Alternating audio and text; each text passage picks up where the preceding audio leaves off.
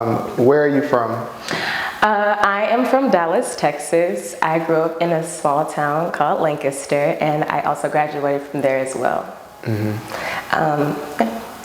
And what was it like growing up in Dallas? Growing up in Dallas was honestly an adventure. I honestly wasn't very much of an open kid to where I kind of went out in the city, even when, even in high school. The only time I honestly go out is if I used to be a majorette, so I would have huge performances where I would perform downtown for like the state fair and everything else with the band. So other than that, I really never got a chance to explore Dallas and what it really had to offer, because I honestly just felt like at the time it had nothing for me. So you were like heavily involved in like performing arts? Yes. Before I ended up going to my high school, I ended up doing an audition for a school in there called Booker T. It was called, Booker T. And so I did the audition there. I didn't get a chance to, of course I didn't get the audition, so I ended up going to public school and went from there. Okay. Do you come from a family of creative people? Yes, I come from a long line of creative people. My dad, he's a performer slash rock star. My mom is a seamstress slash she does fashion design. My sister does makeup. My brother is into robotics. My oldest brother is into like professional gaming, and I am the actress of the family. Okay. And so your father is a rock star? Yes. Do you care to say his name or? His name is Ducato Vega. He has performed all over Dallas. He's won awards and everything else. A very, very known name in the Dallas area. Oh wow! And so he doesn't do rap. He does like rock music. He tapped into it a little bit, but yeah, more so like into rock music. Yeah. Okay. And so is he one of your biggest inspirations for the arts, or? I would have to say yes, because even with basically growing up, my dad would go to and from the studio, and even with him having to do that, he will still try his best to make time for us, come visit us, see us when he could, and even bring us to the studio if he had the opportunity to. And honestly, I couldn't complain about it. So. Okay. And so, were you in any like theater classes or theater programs in Dallas? Yeah, I'm sorry. Yes, I was. I did advanced theater in high school. I started doing that my sophomore year. And from there, it just went up. I remember my first time performing for my teacher. It was just kind of like a quick class project. I actually made her cry. And from there, she was like, "You have to be in my advanced theater." And within the next week I was picking up roles like it was absolutely nothing. And it even got to the point where my senior year, there was like this one big performance called the Majestic Theater. And so you would have dance, choir, theater, art, all come together and make this one big show at the end of the school year. And I remember they were like, the theme is gonna be Showtime at the Apollo, and we want you to play Steve Harvey. And I was like, "You want me to play Steve Harvey?" I was like, "Wait." Wait, what? But because of the fact that I had the charisma, I had the large smile, the $1 million smile and everything else, I was able to portray that role, and it caused so much controversy. And so many people was like, "Why would you let her be Steve Harvey when you have male actors that can portray that role?" And so the director of the project was looking like, "That should tell you something." And I was like, "Oh," and so they was like, "You know what?" Because at first they were gonna try to put me in a ball cap and a mustache. They tried to put me in the actual costume and make me look like Steve Harvey. But she was like, "You know what? We're gonna switch the role and turn it into Steve Ed Harvey." And so with that being said, I enjoyed it. I had my band teacher come up there, was like, "You could have just gave up that role and let a male play it." I was like, "Well, if she say I can get the job done, I'm gonna get the job done." And so at that moment he looked at me like, "Oh," and I'm looking like, "Yeah, you don't know who I am, but you will know soon." And so that was it. And so when I went on stage, every time like there was a different scene that would happen, I would come out in a different costume, and people noticed that. And so the performance went so well to where I used to work at Wendy's, so it was off of Exit, and everybody would go to that Wendy's at a certain time, traffic or whatever. And I remember there would be like kids and people, they'd be like, You're Steve Ed Harvey, you put that," and I would have that, like literally going through the drive-thru, and people were just like, "You're Steve Ed Harvey, oh, you did so well," and that kept pushing me like, I'm doing something here. And from there I was like, I gotta take it and run with it. I knew that pursuing acting was the only thing I ever wanted, and I knew I didn't want nothing to stop that. So that's dope. And so who are like some of your inspirations that are like actors or actresses? People say this as a crazy thing, but I honestly don't believe in the word inspiration, because I honestly think it's like a fancy word for copy. And I like to have that conversation with people, because they'd be like, "Well, inspiration means who basically brought that out of you, who basically made you want to pursue things. I was like, you got to think about it. I would say that as more like motivation than inspiration. So that's how I am. I just wanted to say that. But I would honestly say Angelina Jolie, hands down. It wasn't until I watched the movie Salt I knew exactly what genre of acting I wanted to do. And after I watched Salt, I was like, I want to be an action-packed actress. I want to do my own stunts. I want to see if right now I'm working on getting a contract with Marvel or DC. And yeah, I was like, it was Angelina Jolie, and I was like, I want to do action-packed acting. I want to do stunt work. I want to do everything. I want to do all of that. Okay. And so you were in theater in high school. And so what did you do immediately after high school to pursue your goal? So right after high school, I gave it some time. I stayed at home getting myself together, realizing what I really wanted to do, because I got as far as getting an audition with Juilliard. And so I didn't get the audition, and it was a very tough competition. You know, out of 600 kids, only 8 out of 600 kids auditioning for the acting portion of Juilliard, only 18 people get accepted. So it was hard having to fly out to San Francisco, California, and having to do the audition, you know, not getting accepted. But I was like, you know, life keeps going. And I knew, I was like, I didn't want to go to college. And it was more so like, for me, if you naturally have it, I don't see the point of you going to college. And I naturally had the gift of acting and being an actress. So I was like, I don't really see a point in going to college at that point. And that was that. So right after that, I ended up going to my dad. I told him, I was like, Dad, I want to move to California. And he was like, okay, well, let's think about it here. You know, you want to move on your own. You know, how do you want to go about this? And I was like, I want to move out in a couple of months. By the end of 2019, I want to be in a whole different state pursuing my career. And so he was like, okay, if that's what you want to do, and if you're serious about this, he checked. He was like, are you sure? And I was like, yeah. He was like, okay, I'm going to help you. You have until the end of 2019 to move out of the house. And if not, you got to find you somewhere to stay. And at the time, you know, for a split second, I was like, that's pretty harsh, but he wasn't being harsh, yet he was pushing me. If this is what you want to pursue, if you want to stand in front of me and tell me you're ready to move on and pursue your career and live your own life, I'm going to help you. And that's exactly what he did, and I gave him 100% respect after that. And that was it. I moved out here. My dad would suggest, like, maybe California's a little bit too big right now. You know, you're 19. Maybe let's start off with Atlanta, because at the time, Atlanta was becoming the Black Hollywood. So there's like, let's try Atlanta. You know, you got some people out there who may be able to help you, and it's a little bit, you know, not as expensive, you won't be as stressed. So I ended up moving to Georgia at 19, drove 12 hours, and yeah. Wow. 3 years later. All right. And so what was your experience like when you first arrived in Georgia? It was okay for the most part. I ended up transferring from like one warehouse and like down here, and it took a couple of days for them to approve my transfer. And when they did, I actually picked up 2 other jobs after that. And it was like, I did a warehouse job. I was also doing, I started doing background roles, and I was trying to like pick up a job at Chili's, and they were like, wait, you're trying to, how many jobs you have already? I was like, I have 2, but I want 1 more. And they was like, look, you're young, you're 19. You told us you just moved down here. You don't want to overwhelm yourself. So Chili's were actually kind of like, you know, maybe we should, we're only not going to hire you. Like, you have what we're looking for, but because you're so busy, we're not going to hire you. And I was like, that's totally understandable. When I first moved down here, all I knew was make the money and pursue your career. And I would literally go to Tyler Perry Studios, and I would sit at the fountain, and I would write down and manifest and just kind of be like, I'm going to be here one day.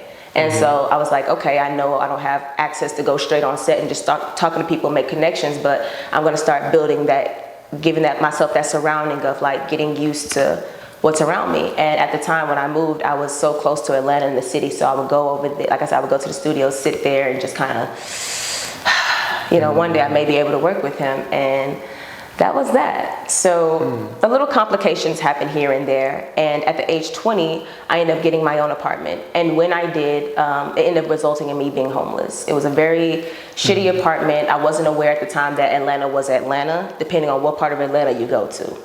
Yeah, so I was like, I didn't know Atlanta was Atlanta, depending on what part you go to. And I was like, lesson learned. And people had to tell me, yeah, there's the good Atlanta and the bad. And you chose the bad side of Atlanta. And I was like, I see.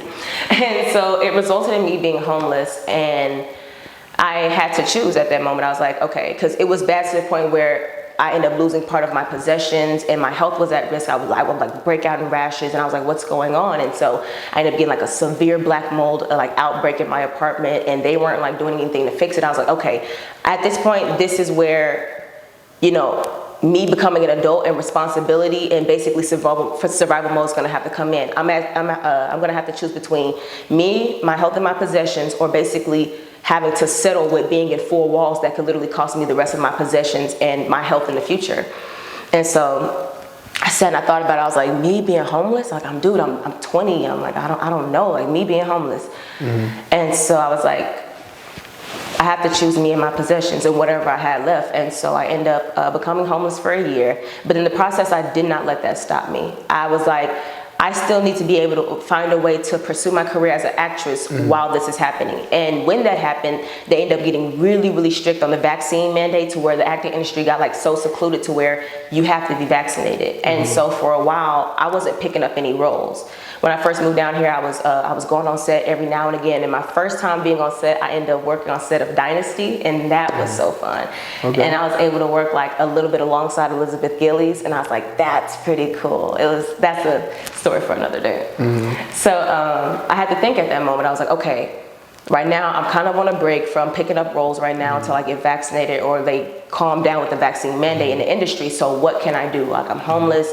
I don't really have access to everything like I used to, so what can I do? And at that moment, I had to think of everything before I started putting actions into play of becoming homeless. And so I was like, okay, when it comes to basically what am I going to eat, I had to, like I said, I had to think of every little thing. When it came to what do I need to eat, okay, I know I have access to fast foods and restaurants, but also how you're going to maintain a very good diet. Okay, I would go eat fruits in every other month, or like every other month I would like detox. I would do like a massive detox, because I know I was putting like bad foods in my body, but that's the only thing I had access to. And so from there, okay, so where are you going to sleep? Where are you going to shower? And I knew, I was like, I don't feel comfortable sleeping in Walmart parking lots, because it's very public and I like to be kind of to myself. And plus at the time, my car was not tinted, so anybody can see anything, and I wasn't comfortable with that. And so I remembered, I was like, my job, like, you know, it was a warehouse job. I said, my job has a secluded parking lot. I'm asleep at the back of my job. So for a year, I was sleeping at the back of my job for a year. And that's okay, where am I going to shower? Where am I going to do everything else? Now, mind you, I'm an action-packed actress, so how am I going to be able to still do stunts and everything else? I got me a gym membership, and every single day I was at the gym after work. Cold nights, hot summers, I would go to the gym every single day, because when it was hot days, okay, I can't sit in my car, and I'm not going to run my car and wear my car off. So I would literally go to the gym where I had access to a pool, access to exercise, access to private rooms where I could do my staff, stunt work, weapon work, everything. And I also they had like changing rooms. And I was like, okay, I also want to add this, like, I was basically like, okay, with me not being on set, I still need to build or work on my legacy. I still need to build on that. So what can I do? I started taking TikTok seriously, to where I was doing acting videos on TikTok, and right now I'm at 86,000 followers. So building that, I was like, I can't stop. I need to stay creative. I need to stay in what my focus is, which is basically becoming one of the greatest actors of all time, getting a contract with Marvel and DC, basically pursuing what I wanted to pursue when I was younger. And so I was like, I still have a fire burning inside of me, and I never want to let that go. Even if it's burning this low, anything can make it flame. And I was like, I want that creativity, that drive, basically knowing what I want to do to keep that flame lit. I didn't want it to go out whichever way. I didn't care that I was homeless. I was like, if I can eat, if I can sleep, if I can make money and still pursue my career and do what I want to do creatively, I have nothing to complain about. I didn't. I was like, call me what you want. Yeah, I'm homeless. Yeah. But I'm gonna get through this, because I knew it was all temporary. I said, all of this here is just temporary. I gotta find out, like I said, I'm now in survival mode, to where I have to find out how, while I'm going through this temporary phase of my life, how am I gonna be able to prosper as well and keep doing what I have to do. So like literally I would go, like I said, I'm at the gym 7-8 hours a day. I'm either working out, stunt work, or I would literally go get like, so nobody would kind of notice. It wasn't like I was hiding the fact that I was homeless, but when I would do my videos, I would go to the store, pick up a piece of fabric, cut it out, pin it up on the wall, acting video. Nobody would know where it was. Nobody thought of anything. And it wasn't until 2 weeks before I moved into my new place, people at my job and everybody started to realize, they're like, wait, you're homeless? Wait, you're what? And I'm like, yeah. They're like, oh my God, why didn't you tell me? You've been homeless for a year, you could have told me. Because I had to grow as a person. I had to be able to see with me giving myself, well, basically me having the choice or choosing to be homeless, I had to pick up the responsibility if I was going to be able to do what I have to do while I was homeless. Mm-hmm. You know what I'm saying? Okay, you made this choice, you're growing up, this is part of being an adult, seeing if you can make these big life-changing choices and be able to also go over them and not let them stop you.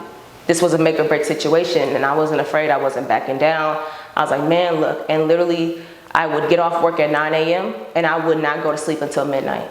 If it was, hot summers, no, I wouldn't go to sleep until the sun went down. Mm-hmm. So I would go to sleep tired. People like, man, what's going on with you? Long story. So while I'm up, I'm gonna do something productive. And so, like I said, I was working out, everything. I was doing my videos. Hey guys, what's up, what's up? Nobody thinking anything of it, because at the same time, I'm not here to show you my struggles just yet. I'm here to show you what I can do. Mm-hmm. Because at the end of the day, my struggles, they're always going to be a part of me. You know, you're always going to have struggles. That's that. But I want to show you what my potential is and what I can do, and basically what I'm here to show you guys and how I want to help change the world. And that was it. And so did you, when you became homeless, did you face any challenges in your personal relationships?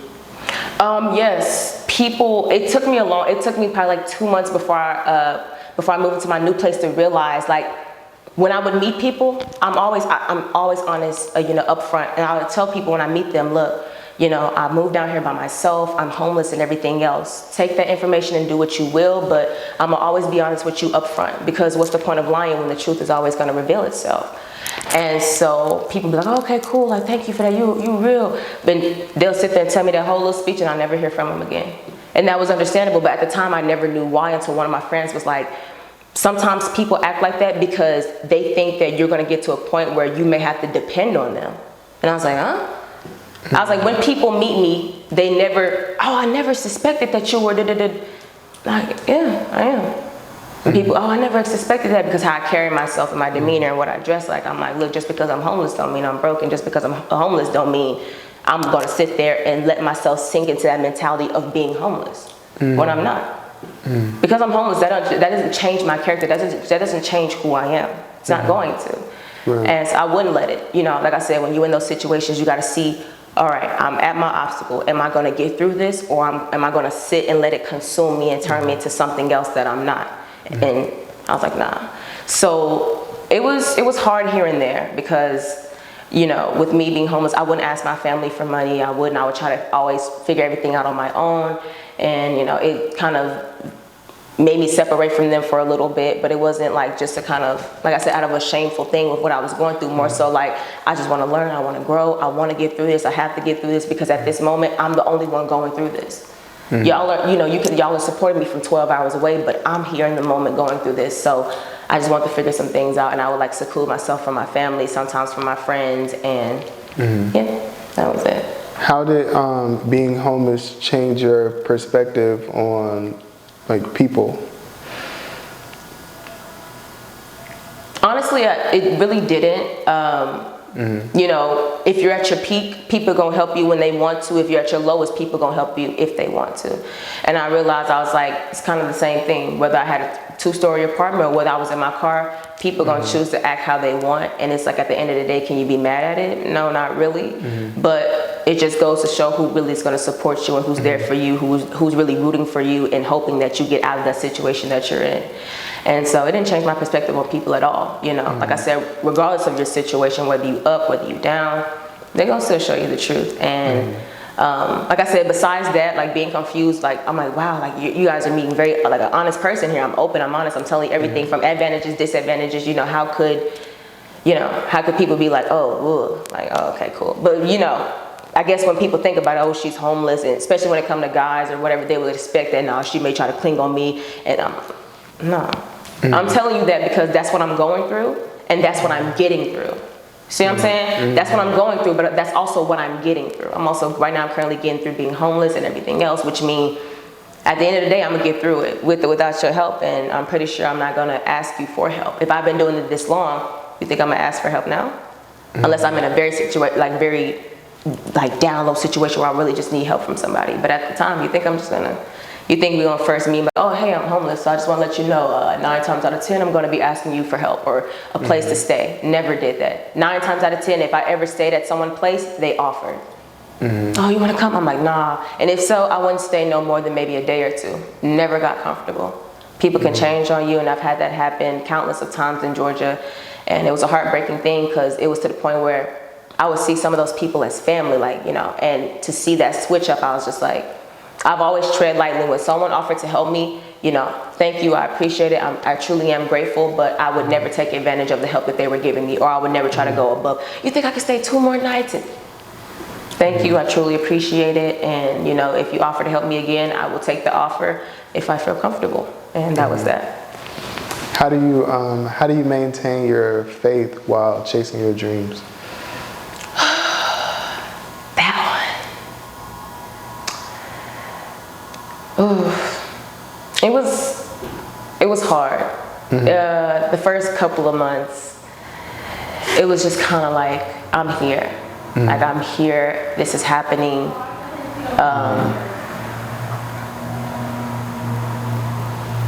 You know, did I expect it to happen?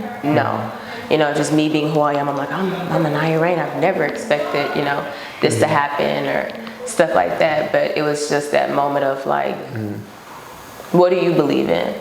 And what do you know is waiting for you at the end of all of this? And so there were times where I would like post stickers on the top of my car and I'm just laying back and all I see is actress. And I'm like, yeah, that's who I am through all of this. And I was just like, I would pray, I'm like, God, please, just, you know, every now and again, I'm like, please keep, like, just, I'm here. And I'm still, oh God, I'm still working on it. And yeah, it's kind of that moment, like, don't give up on me, like, please, because I'm not giving up on me. And I'm getting all my love and strength through you. And I know that some of the actions that I've done were not the best, but forgive me and just be by me. And hopefully my family still supports me and everything else. And that was it. At a moment in my life, I was like, that's all I have is faith. There were times where I would have to stop myself and be like, am I really thinking here? Am I being too delusional? You know, thinking that, okay, I'm this homeless woman who still wants to pursue her career as an actress and nothing's gonna stop me and everything else. And I would try to do all these other things and people be like, dude, sit down and focus on a home and focus on finding somewhere to live. But I'm like, in the process of that, can y'all still believe the fact that I can do what I wanna do and find me somewhere to live? Because I believe it, and I'm hoping he do too. And so, like I said, and I would start contemplating and getting self-doubt, like, am I living some fairy tale dream? Like, and sometimes reality would hit me like, you are homeless and you are struggling. But my mind would always tell me like, no, you know, this is just another obstacle. I can get through this. I will. Like, I have to. You know what I'm saying? I have to. And how was that? Sometimes where I would lose faith and just be like, and I would sit in the back of the parking lot like, I'm here. You know what I'm saying? And I was like, I'm here, but then there's those moments of like, I'm here, but it's like not who you are. So it's like that mental battle of like, I've gotten this far to where I can go on set and everything else, but I also realize I can get as far as of sleeping out of my car and being at a very low point in my life. And so I think at that moment of realizing that, like, I also started to become very humble as well, because I'm like, it can be like that. First moving down here, 19, 20 years old, I'm hitting it good. I'm going to different auditions. I'm going on set, people knowing my name. I'm making good impressions. And then the switch of like not getting any roles for a year, being homeless for a year, having to struggle through the heat, through the cold. And it's just like, it can happen. And it's just like, you know, you'll look up and be like, why me? You know, like, you know, I'm trying, but, you know. And so, how did you start getting roles again? Like, how did you go from that place to, like, you know, getting more acting gigs? So it wasn't until September 2022 where basically, I guess they were doing like the game reboot, and I guess that production company was kind of like, hey, we're not really big on the vaccine mandate, just come take a COVID test. If you come back negative, you're on set. And so that's what ended up happening. I was able to get a couple roles for the game, and they were done filming by October 7th. And that was that. And now kind of back battling like, oh, yeah, I'm not vaccinated. So my agent, they'll hit me up like, hey, you're available for this, available for that. Like, dude, I end up missing, it's so crazy. I end up missing being a chance to work on set of Creed 3. Oh, what? How'd you miss that? I wasn't vaccinated. And so why have you not gotten the vaccination?